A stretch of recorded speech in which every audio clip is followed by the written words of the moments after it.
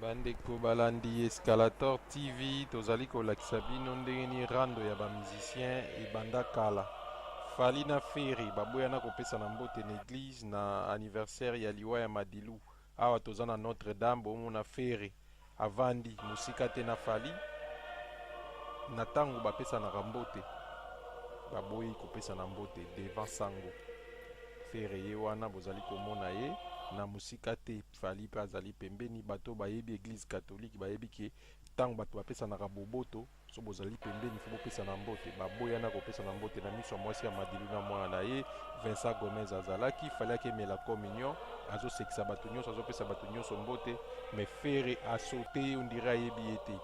en tout cas likambo oyo na miso ba chroniqueur ya musique ya Congo